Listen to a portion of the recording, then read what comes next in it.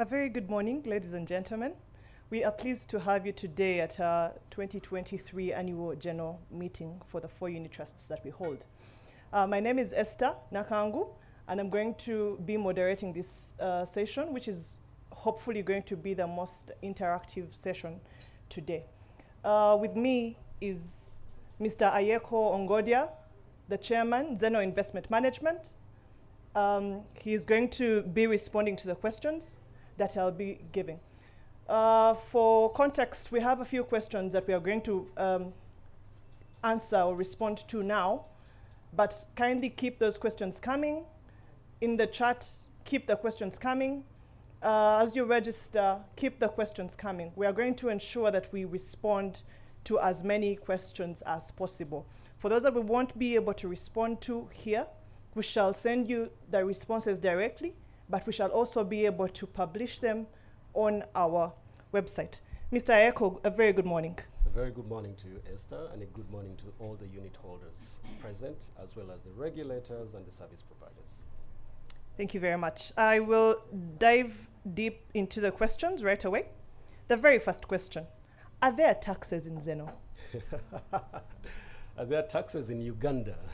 Is a better question. Yes, there are taxes in Uganda, but fortunately for collective investment schemes, Section 21T, I know that one, Section 21T of the income tax provides an exemption for income generated by collective investment schemes for now. What will happen next year or any other time in the future, that's up to the fiscal authorities, but for now, fortunately, we live in a country where income generated from collective investment schemes is exempt from any form of taxation. Thank you very much. Second question, how can the payments be streamlined, especially for those depositing from the diaspora? Oh yes, this has been a recurring request. We actually, maybe for context, our customer number 45 was a gentleman all the way from Australia. This was back in 2017, and it was always a hassle for him to transfer money, Mr. Sentongo, for him to transfer money to fund his account. So of course he's Ugandan, but he's lived in Australia for a long time. So we have engaged several providers, including some of the more significant money remittances firms, but also people that we're working with locally here, including MTN.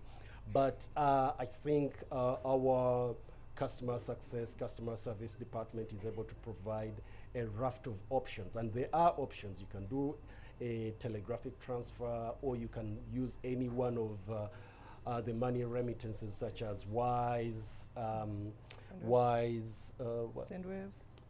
Sorry? Sendwave. Sendwave, yes, Sendwave. I don't know if anyone still uses MoneyGram, but yes, you're welcome to it.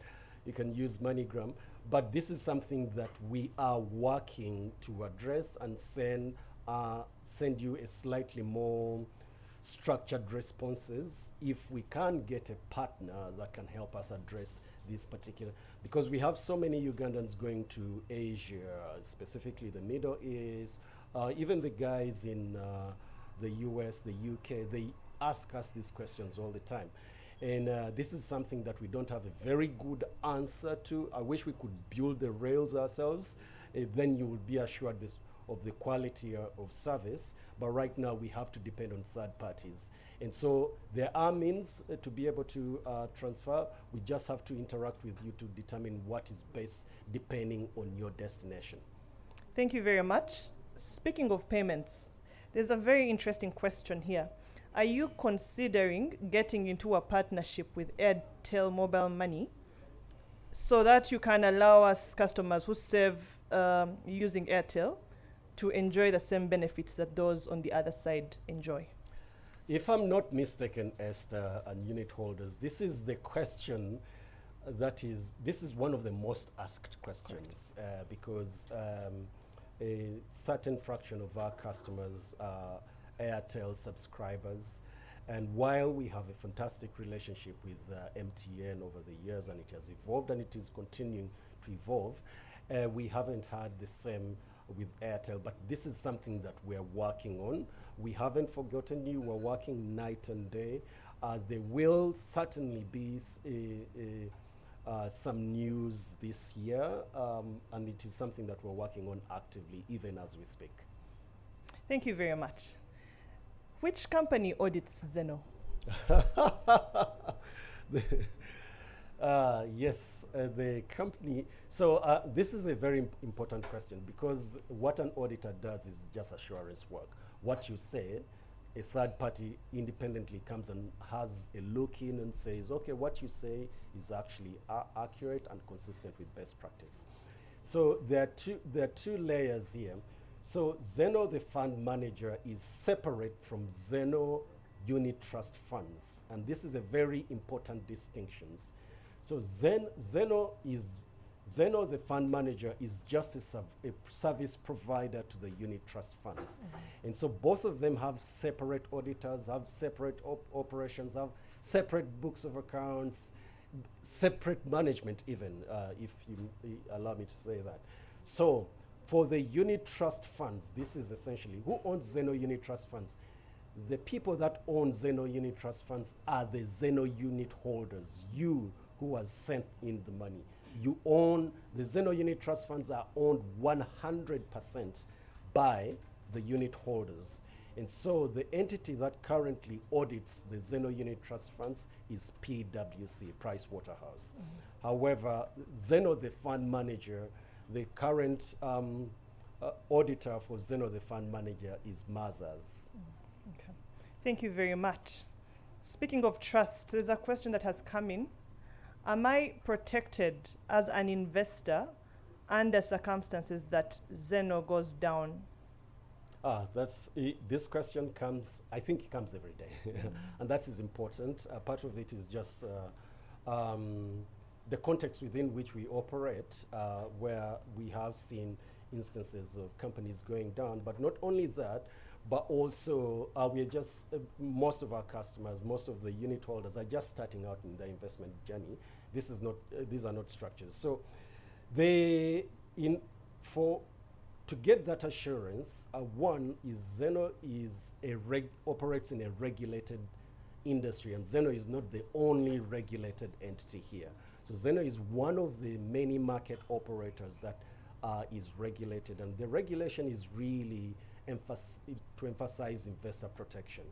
So before you provide a service such as the one XENO provides, you must get a license from the regulator. In this case, this would be the Capital Markets Authority. So we are licensed as a fund manager, but also as a unit trust, a collective investment scheme manager, which is a unit trust manager. So we have a license for just fund management, then for managing those. And then each of our unit trusts is also licensed separately. So so the money market fund has to get a license, the bond fund has to get a license, the domestic equity fund has to get a license, and the regional equity fund. So that's the first step. The second step is each of these structures, remember, you, the unit holders, hold 100% of the XENO unit trust. You own it. It is your money. It is your assets.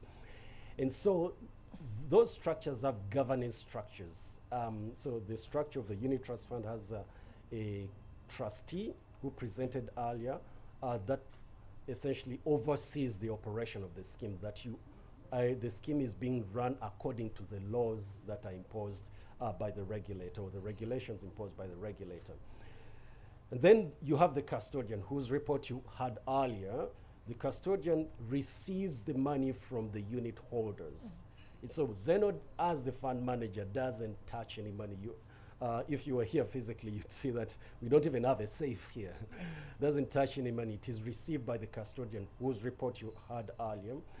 And then importantly, XENO comes in as the investment manager, doing research and an analysis to recommend to you how your money should be invested, and then issues instructions to the custodian to go and execute those investments, basically to turn the cash you deposited in the custodian account into an asset, because the cash doesn't generate return. It is the asset that generates returns.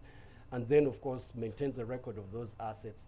And then finally, at the end of the year, the auditor comes in and says, okay, how much did you receive? How did you turn that cash into the assets? How much did they generate? Did they follow international best practice? And then they issue an opinion, which opinion you've had. So essentially, this is how you get the assurance and the trust to keep entrusting us with a bit more of your resources as you march towards your goal. Thank you very much. We're still tackling the questions related to trust. There is a very interesting question here. Does XENO have real offices? Yes, we do. So the fantastic answer to that is yes, we do. This is where we're currently seated. It's just that we are a very small operation in the sense that in terms of physical office, we are operating out of one room. Anyone that is here, this is technically one room. We just partitioned it. However, that one room office is the only entity to date that has onboarded over 100,000 investors, investment accounts. No entity has done that. In fact, and I stand to be corrected, our AGM is the second largest AGM in Uganda. It's only second to the NSSF AGM, which has a few more hundred, which operates above us actually. And a few. So the straight answer, yes, our offices are located at first floor Workers' House, the northern wing. This is where we've been since 2017, and we don't intend to change. And if we do change, we will announce our change of location as required by regulation. Thank you very much. Next question. How does a person who opened a XENO account and has been investing remotely, that is, has never physically interacted with a XENO official, gain a sense of security or be guaranteed security over their investments? So we yeah, so we like to say we are in the business of two things internally for XENO, but also just for the context of our investors, our customers. We're in the we are in the the journey business. We are not in the business, I say this carefully, of just merely generating returns. We're in the journey business in the sense that we're getting you from one location to another location. This is a 2 points in time. And so we're getting you from time A to time B, whether that time B is 3 months down the road, 5 years down the road, 20 years down the road. That is the journey we are in. And we are also in the trust business. In order for you to trust that we will get you to your destination 3 months down the road, 5 years down the road, we need to build that trust. That trust is not necessarily taken for granted. It's not. I will not make a big claim. We will not make a big claim internally that we know what we're doing and therefore you must trust us. We have these years of experience, etc. It is something that we build and nurture over time. And so a lot of our clients, and this is the only way we could get them, and this is the only way we could help them. A lot of our clients onboarded, no, all of our clients onboarded digitally. You did not sign a piece of paper, right? But such is the nature and technology that we have that we can now interact with you digitally. However, in order to gain your trust, we started slowly. Maybe you deposited 10,000 shillings. Maybe you saw how that 10,000 shillings turned into 10,001 shilling. Then you deposited another 20,000 or 30,000 or 100,000. Then that 100,000 turned into 100,000 and 300 shillings, right? And so it is through that accretive and cumulative journey that we are able to win your trust. Maybe you have interacted with us over WhatsApp or a phone call, and you would like to come in and have a real conversation, for example, with me, if you want to have a real conversation with me, my email is ayeko.ongodia@myxeno.com. Just drop me, and just say I would like to meet you in person, or I would like to meet one of your representatives. We are more than happy. We're actually starting a program of Speak to Your Advisor. And Speak to Your Advisor, you can reach your advisor either via phone, via email, or even a physical meeting. Of course, as you can imagine and appreciate, we might not necessarily be, this is a very small room, we might not necessarily be able to host 100,000 people, but those are all 100,000 different stories, and we are happy to interact with you at any point. Thank you very much, Ayeko. Now we're going to quickly switch to the questions that help us advise our clients. The very first question: is there an age limit on when one should not invest with XENO? There is no age limit to investing with XENO. In fact, initially we started that we can't really help you if you're below 18. But we thought, we thought that was really terrible, yeah? Because if somebody had told me a sequence or a product that could help me invest my 5,000 shillings, my 10,000 shillings when I was a teenager, I would be a billionaire right now, relatively old. And so there's no age limit below which you can't invest. Only if you're below 18, we would require a guardian. And so they would set up what is called either a joint account or a family account. So that family account, there's one responsible guardian, and then they can add sub-accounts with them. And if you're older than, and there's no maximum age, there's no maximum age. All right. That's all. Thank you very much. How can we better scale up our savings? Is XENO thinking of new ideas of investments for us? Scaling up savings. There's saving and then there's investments, right? And so maybe if I would take it from the beginning, even before, you earn some money, spend some of it, and set some of it aside as savings. But importantly, get those savings to be invested, right? And so scale up your savings is essentially save a bit more of your income every time you earn an income. Like that's the thing in terms of scaling up. Every time, so essentially every time, whether you earn income daily, weekly, monthly or quarterly, or it is seasonal, every time there is a deposit on your bank account or your mobile money wallet, we now have the rails for you to set an automatic recurring saving, that some of it goes automatically to your investment account. So it is important that savings need to be turned into investments for them to earn a return. Savings do not, in and of themselves, if it is cash, for example, do not generate any. So a bit more. Now, in terms of, I suspect, I'm just going to recompose that question. In terms of how to scale up your savings, I will interpret it as how to build a bigger portfolio.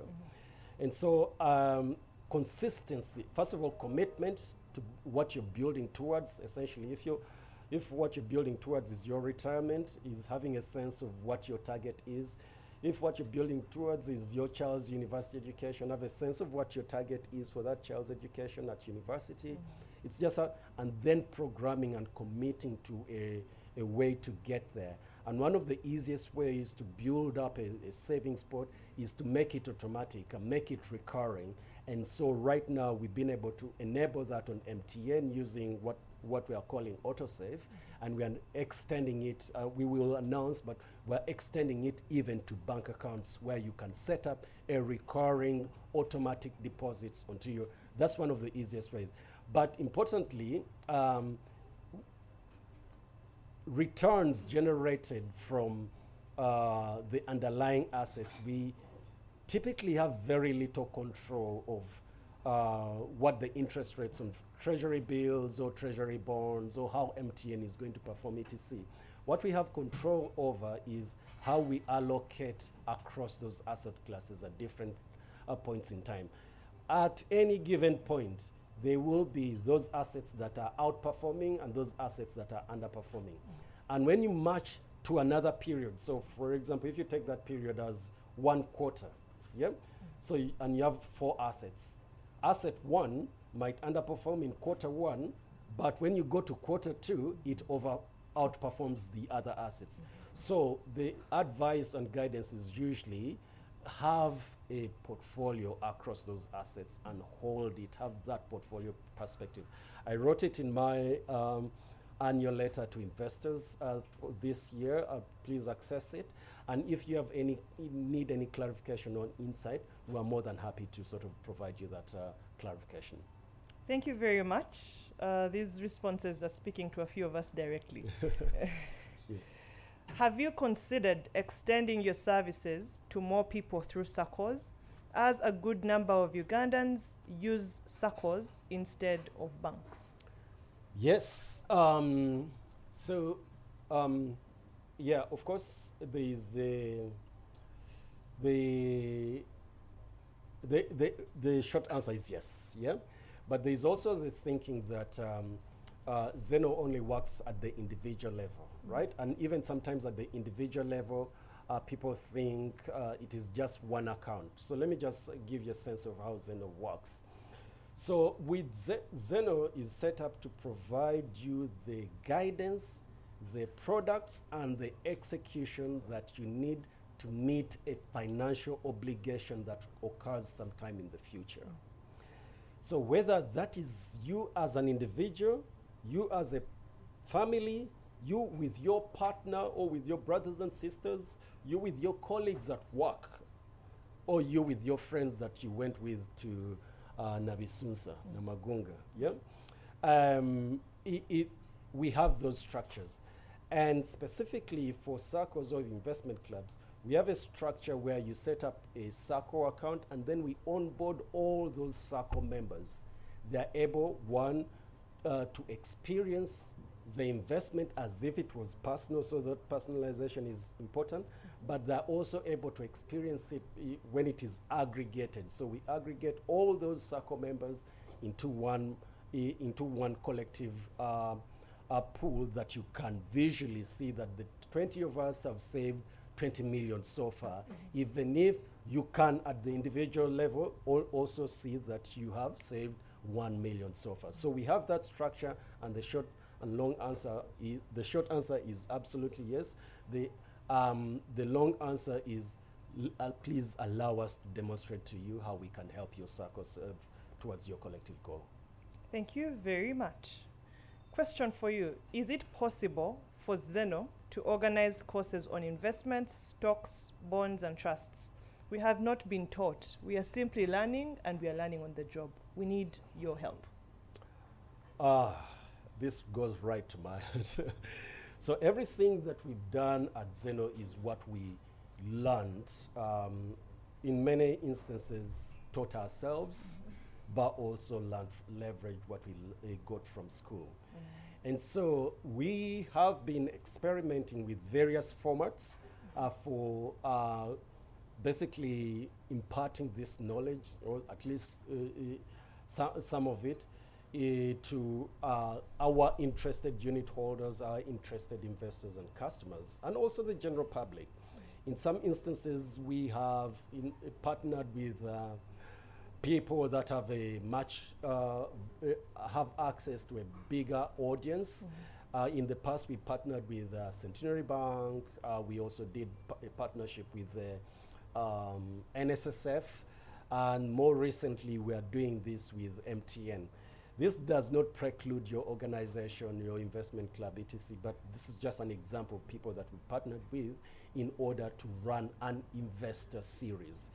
Then we started to think, okay, is there a way of scaling this up? So we shot some short videos there on our YouTube channel. So if you Google XENO Investment on YouTube, is that called? If you YouTube XENO Investment, you will find there's a playlist there touching on nearly everything, every aspect of goal-based investing, or planning for education, planning for wealth, or saving as a group. We have extensive videos there.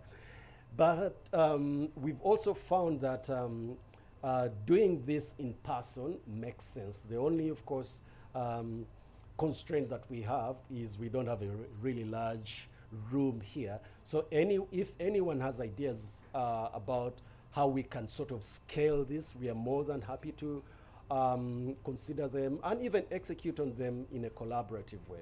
So we are very, very committed to investor education.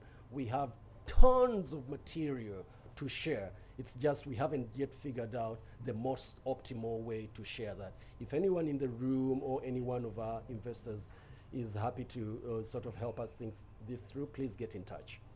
Thank you very much. So we are going to switch a bit. We are moving into a very interesting section of the questions, the investment section. Question 1, where do you invest our money? All right, we invest the investor money according to the regulations imposed on us by the Capital Markets Authority. They define where this money is invested. And typically that would be the publicly available, publicly accessible assets. That is jargon, no. Assets that you can access. Assets that you, oh my word, what am I saying? I need water.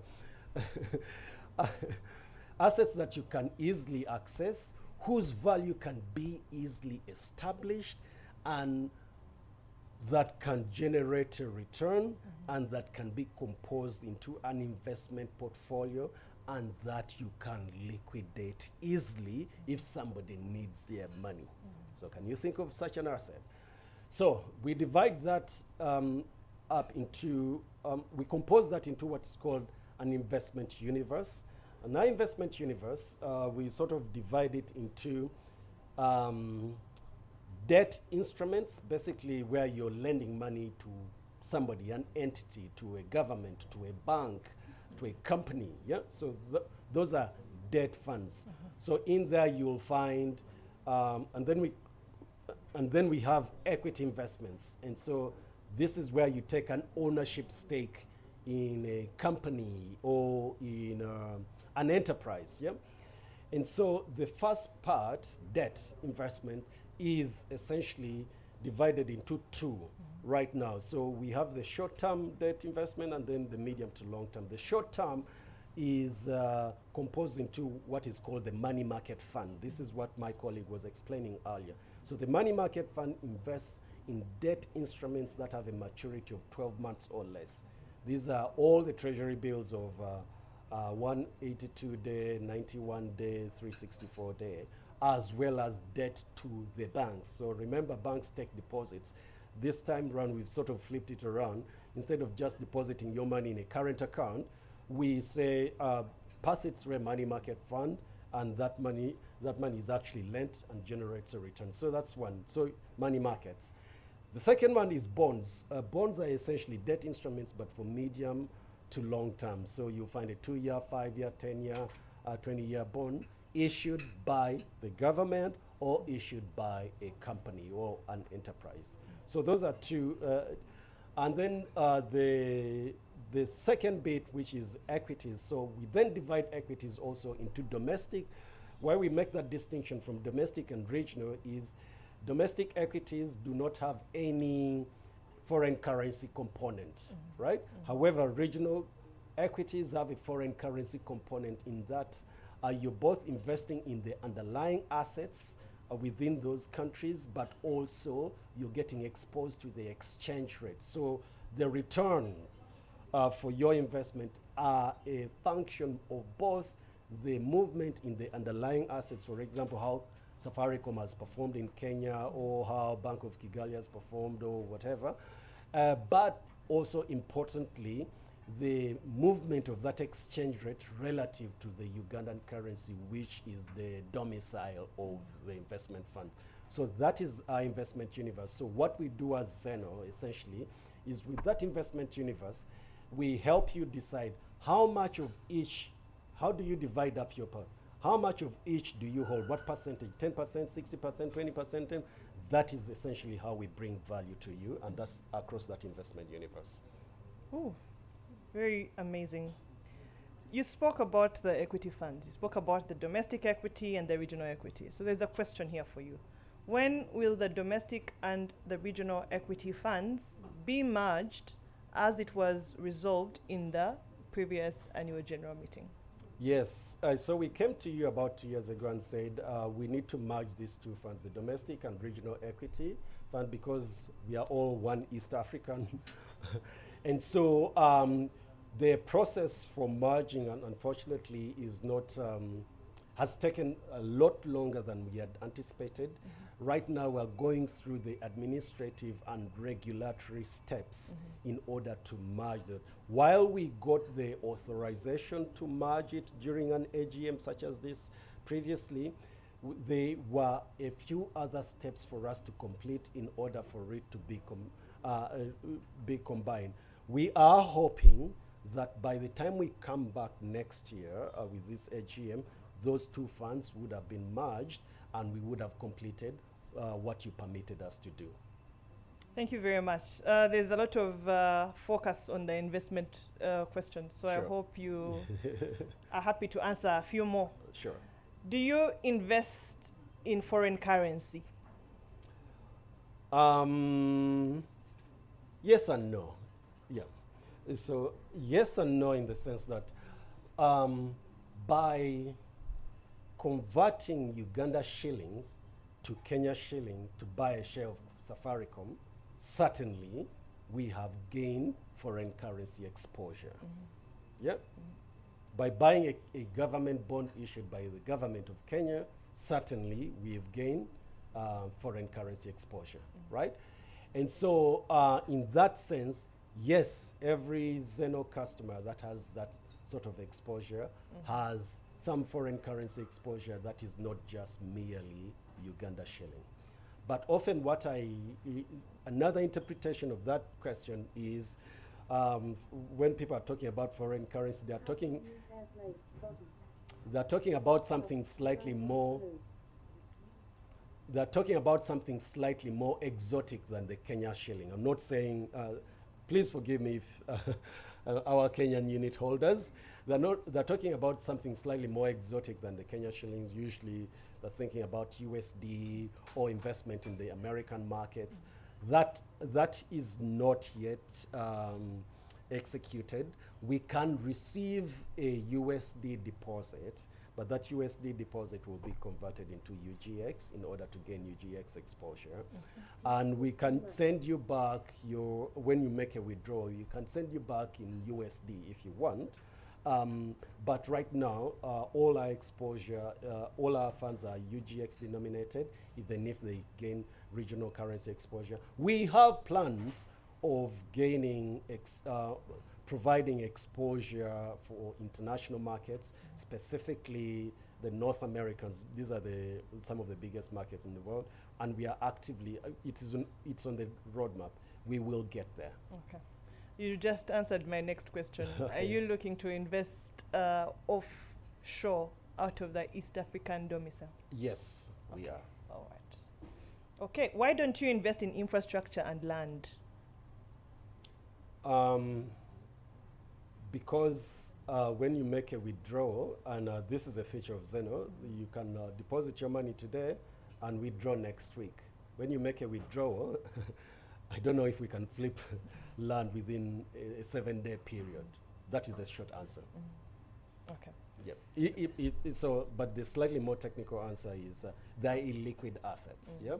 And we haven't yet figured out a way. We know a way of making that accessible, making that liquid.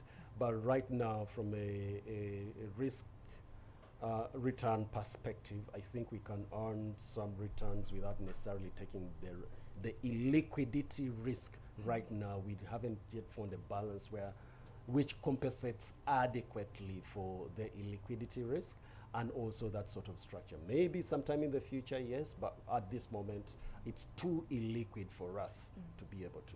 Yep. But hopefully we will evolve enough to make it possible. Yep.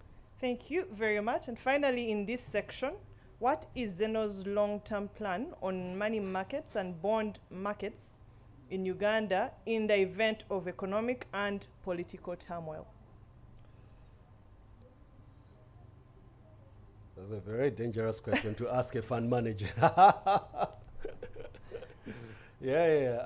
Because, but because I accepted the responsibility, so I must answer.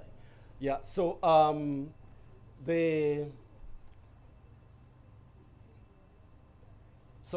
investment is really an action of gaining exposure to drivers of return. And the drivers of return are both economic, social, and political forces. And so you can have an improved political climate that allows for enterprise to flourish. You can have a very difficult political climate that makes it difficult for enterprises to flourish, and therefore any asset to generate a return. But gaining exposure, in a sense, allows you to ride the positive story of that jurisdiction. For example, write the positive story of Uganda, positive story of East Africa. And but we are prudent enough, and we use the prudent man standard here. We're prudent enough to know that those stories are cyclical. Would want them to be secular in a sense, but they are cyclical. They move up and down. Usually our politics, at least for most countries, except others, for most countries moves in 5-year cycles. That's the 5-year political cycle, 5-year economic cycle, etc. The economic cycles are slightly more secular in the sense that they don't respond to short-term fluctuations. But the reality is we don't live in a cave. We live in the context where the both social, political, and economic contestations. Yeah, but such is the context that you cannot just sit aside and say, just because you fear rain, therefore you are not going to ever get out of your house to work. You have to take that risk. That's the only way you're going to earn bread. Okay. Investment is the act of pulling money that is already safe in your pocket, your savings, and outlaying them into an enterprise that has a potential to return, but also a small risk to lose your investment. And so we must take the positive with the challenging in the same stride. And so this is why, in a sense, we emphasize diversification. When we construct your portfolio, we diversify not only across asset classes, as I've explained, short-term, medium-term, long-term, we also, and then equities, but we also diversify geographies, Uganda, Kenya, East Africa. We are actually looking to extend this so that if Kenya is going through an election cycle that is affecting a bunch of things, that's not, your investments in Uganda are not necessarily affected in the same way, so they're fine. So from a total portfolio perspective, you're fine. If the US is going through a certain cycle, your investment in East Africa are fine. So the only way and sure way to sort of protect yourself against any downside within a particular asset class or within particular drivers of returns is essentially holding a portfolio. That being said, specifically for fixed income, and I think this question was targeted towards fixed income, fixed income portfolios are essentially one way, fixed income asset class is essentially the largest asset class in the world. I think I said this in our prior AGM. This is the standard way governments borrow from the public. This is the standard way nearly governments are financed. Yep, everywhere in the world. You go to the DRC, Uganda, the US, the UK, Japan, everywhere. This is the standard way. and that debt varies. Fortunately, if it is local currency denominated debt, you don't essentially carry the same risk as foreign currency denominated debt. So in the sense, that risk is really modest for local currency denominated debt, regardless of the political situation. All right, thank you very much. In basic English, why do you keep investing in regional equities if they don't seem to be performing well? So performance is relative. If you look at, and that's the short answer, because performance is relative, or good performance or bad performance is relative. It depends on the window you look at, right? If you look at 2017 relative to 2019, the region, actually 2017, 2018, 2019, 2020 even, the regional equities were the highest performing funds. In fact, to date, in one single year, they have given us the highest return we have ever experienced. I think it was 39%, right? But of course, with that highest return, you also have to, again, you take the positive with the challenging as well. They've also given us one of the worst returns. And so investment, it depends on the window you look at, yeah? Because if you look at 2023, they were the worst, but 2024, actually where we are right now, they are the best returning, it's the best returning fund. So it's really relative, and and a lot of the time, that negative return is only a paper loss. It's only a loss or a poor performance if you exit it. Exiting it means you're basically realizing it. But just holding on to it 1 month down the road, right? 2 months, 1 year down the road changes your fortune significantly. An example, even in real life, if some of you were here in 1984, I think 1984 land prices were going down because of the war, right? And then the war happened and ended, and in the 1984? Yes. And then 1994, those same land prices that were going down did a reversal. So it just depends. The war is coming, etc., so you sell your land. Or the regional equities have performed so you sell your equities. That's not really the perspective. And so equities are essentially, and specifically for it's something where you have a long-term perspective. It is not something that you want to see how you're going to perform this month or this week or this quarter. That is not a long enough window to judge a performance. And maybe the last thing that I will say is as long as you're earning money and as long as you're saving and you want to change those investments, you pick up assets at different prices. And so you always, for any asset that is generating, there are some assets which you pick up expensively. They just keep increasing. They are very desirable, but their structure it just keeps increasing. That's a sense. It becomes more and more expensive. Just to use an example, our bond fund, the unit price of that fund becomes more expensive every day. So every time you're depositing and you're picking that, you're buying at a higher and higher price. But there are other funds where it sort of keeps fluctuating. There's some you grab at a low price, there's some you grab expensively, some you grab at the low price. And so if you have a program where you're picking up assets every month, assets that fluctuate can actually help you average the purchase price lower than assets that increase continuously.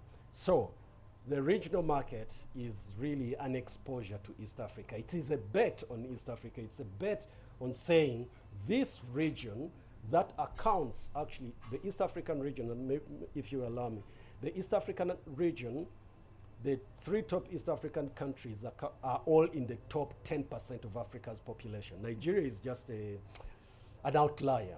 Yeah, most of Africa's population is actually in East Africa. Right now, we've bugged DRC, though technically it's not East Africa. We bugged DRC. We've incorporated it into the East African region. There is talk about Ethiopia as well. If you put that, you find that East Africa's is substantial. It's like the biggest economic bloc on the continent. And the bet is that this bloc is going to continue generating revenue. An expression of that bet is the growth in GDP. These people, there's millions of people that are going to need airtime, that are going to need financial services, that are going to need cement, sugar, etc. So you actually want to be able, a structure where you can fund that growth, right? To gain exposure in order to obtain a return. So that is essentially the framing, and that is the reason. In the short term, in this 1 week, in this 1 month, even in this 1 year or 3 years, it might not be as lucrative. I mean, you might not realize your return, but if you stretch that out 5 years, 10 years down the road, you'll be better off for it. Very good. Ladies and gentlemen, we are doing our Q&A session where we get our chairman, Mr. Ayeko Ongodia, to respond to as many questions as possible regarding your experience with XENO, the products, the investment world, your saving journey, your planning journey, your tracking journey. So Ayeko, I'm going to the next section. It's going to mainly speak to the products and the way clients are using the products. The first question, is it possible for emergency funds to be availed within 24 hours or less, given the nature of emergencies? Yes, so we have so maybe let me just zoom out a little bit for that. And so we have set ourselves to provide you the ability to manage any financial obligation that happens sometime in the future. Whether that future is tomorrow, that future is 3 months down the road, that future. And so for those obligations, we compose them into what we call goals, right? So you have an emergency goal, you have a child's education goal, you have a retirement goal, you have mommy's goal as well to repair her house, etc. And so specifically for the emergency fund and for all the goals, the money that you deposit there is, in order for it to generate a return, it needs to be converted into an asset. If you don't convert that cash into an asset, it will sit there and look at you like this, right? And so it needs to be converted to an asset. The only reason, and so the technical reason why it can be, you can't withdraw your money like you withdraw from an ATM, is because once you initiate a withdrawal, that asset needs to be converted into cash and then sent to you. That's the only reason. That's the only reason. And we are required, by the way, by regulation, to convert all your money into assets. Otherwise, we're a bank, and we are not a bank. We will not be allowed to hold your money, right? And so that's the technical reason. While I empathize and I understand the nature of some of the emergencies that can happen, it's an emergency fund and you need it now. It's just that that emergency fund is actually an investment asset, and it takes 24 hours for us to process that. Yeah. However, we're thinking. This doesn't stop us from thinking, and thinking is all we can do. We're thinking of refining and maybe introducing a few more products that can allow us, when you really, really need an emergency, to be able to access your money within the 24-hour period. The structure might be slightly different, but it will help meet that need. All right. Does XENO have a platform for daily interest earned by each individual as opposed to the monthly one? So no, the structure of the unit trust fund is you're able, maybe let me address the interest thing before the structure. So, the way we sort of view investment is you have an outlay, you have your money, and then it generates what we call an interest. Actually, that's a misnomer. what you see as interest is actually a return. A return is a composite of so many things. It's a composite of interest earned on the debt instruments, but it's also a composite of a capital gain made on an equity investment. So the return that you get is not just interest, right?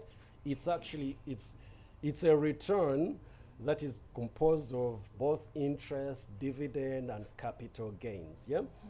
And so fortunately, the structures that we use to execute our investment for all our customers are unit trust funds. So a unit trust fund is essentially a vehicle that takes customers' money and then turns that money into assets by buying the various assets. And so we are required by regulation for all unit, and this is not unique to XENO, all unit trust fund managers to establish the value of those assets every day. So every end of day, the fund manager establishes the value of that asset. Whether or not the dashboard is updated immediately is another question, but every single day, we have a value of those assets. So if we said earlier, from an earlier question, we said that, let's say that portfolio right now has 100 shillings, yeah? And deposited, and you've converted that 100 shillings into an asset, right? Let's say that asset, for argument's sake, is just a treasury bill that earns 12% per annum, right? So technically, if you're to let me do simple month, that is 1% per month, because 12 divided by 12 months is 1%, yeah, per month.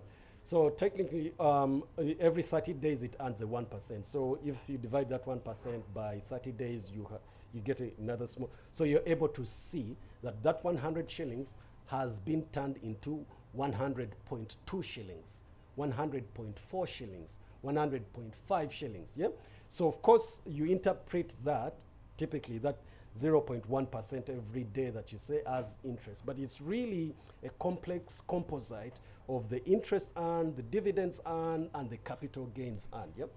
So technically, by just following the movement in the unit price every day, and you have access to this in the dashboard, not on USSD. USSD is a bit difficult, but on the dashboard, you're able to determine by how much your portfolio has moved. Of course, we compose that into the movement of your current value every single day. We have a philosophical view about daily interest, because you can get so lost in these little daily movements, you forget the objective, why you started keeping money, why you started setting money aside. While that detail is important and is relevant, and by no means am I saying that we shouldn't show it to you, and we do, the focus really is every day, how closer are you getting to your target, which is your real objective. If your target is to reach 50 million in 2 years, or every day, is your portfolio changing and getting closer to that target? That is the real value that a portfolio or investment, or even us, XENO, are able to deliver to you, rather than monitoring by, is it 0.01% today or 0.05% this day? So we have the ability. What we do emphasize is just a point of view for us, and this is XENO, and this is what makes us XENO. You have a target, and you're marching towards that target, and this is how we've sort of composed the mobile app as well as the website. Thank you. I have about 3 questions to go. XENO seems to focus heavily on the individual investors. We have, as families and friends, been putting together money. We take it to banks, open up savings accounts. Is XENO able to help us invest money for us as families and friends? So XENO started by focusing on the individual. If you remember 2017, even up to now, we don't even have our name on in our office, not even on the door, unfortunately, while others have buildings with their names on and so on. And so we started by focusing on the individual. Partly is because we really could not compete with the large players for large institutional accounts. Yeah? And so we started by saying, what can we do differently and still deliver deep value to a customer? And so this was really a focus on the individual, to understand the individual and deliver to the individual the kind of guidance and service and products that we would ordinarily deliver to an institution, but now make this available. Now, working from the individual, we extended, our first account was just an individual account, then we extended it to a joint account, then we extended it to a family account, a SACCO account, and we also manage retirement schemes now, as well as money for companies who have some reserve cash to invest for a project they have maybe next year or maybe in Q3 or Q4 of the year, and they're at the beginning of the year. So we have the ability to help families, and we've designed the sequence that we've designed for families you cannot find anywhere else. Essentially, you establish a family account, and then we onboard all the family members, whether it is 5 years, 10 years, or 20 years. All the family members have that same experience. They can all download the app, they can all set up a profile and track their contribution individually as the family members, but also they can see collectively as the 10 family members how much money they put away and how it is growing towards that collective goal. So yes, we can. Please get in touch. Get in touch. Thank you, Aeko. Finally, we're getting to the very bottom of the questions and answers session. Finally, a client is asking, does XENO have the tools to help me set up an investment plan for my need? A tool to set up investment plan for the need. As you've experienced in the session, I have short and long answers. Let me start with the short. Absolutely, we do. Now, the long answer is because we're a goal-based investment platform, in the sense that whichever your goal is, and we have an example goals. What you see on the website, on the mobile app, are just sample goals. They are not exhaustive to cover all the needs of individuals. Those are just sample goals that we have. But we can cover any goal. So if you have a goal that is not among those 8 goals or those 6 goals, you select on what is called a custom goal, and then we customize the need. We customize the goal and the investment portfolio and the plan to the needs that you have. So yes, we do. Thank you very much. We've done an hour. Thank you so much for giving us an hour of your time. Thank you, ladies and gentlemen, for staying with us through to this point. Keep the questions coming. We are going to close the session, the Q&A session here, but we shall continue to write to respond to your questions. We are also going to provide responses to every one of the questions that you have submitted, and we shall publish it on our website, and that is www.myxeno.com. For those that want to reach out, you could call us directly on 0392 177 488. You could call or WhatsApp us. We shall be very pleased to respond to you, and we'll be waiting to hear from you. Thank you very much, sir. Thank you, and have a lovely day. Thank you.